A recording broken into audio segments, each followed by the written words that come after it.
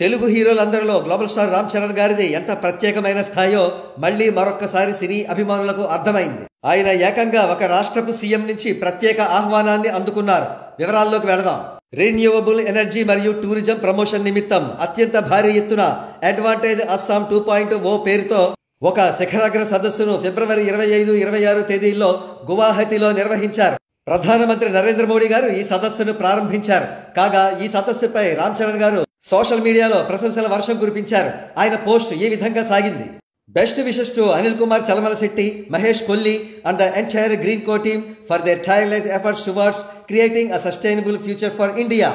రామ్ చరణ్ గారి పోస్టుకు అస్సాం సీఎం హిమంత బిశ్వ శర్మ గారు ఆనందంతో ఉబ్బి తబ్బిబ్బయ్యారు.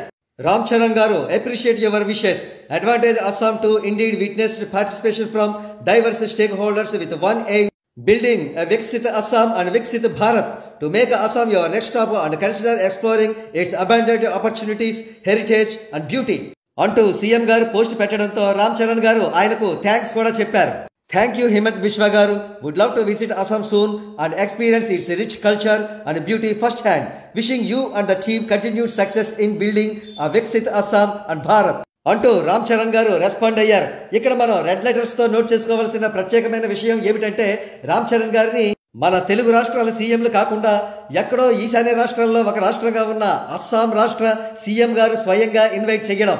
ఇది ఏ తెలుగు హీరోకి ఇప్పటి వరకు దక్కనటువంటి ఒక అపూర్వమైన గౌరవం. అందుకే రామ్ చరణ్ గారి ఫ్యాన్స్ సగర్వంగా కాలర్లు ఎగరవేస్తూ అంటున్నారు, ఇదిరా రామ్ చరణ్ గారి రేంజ్ అని.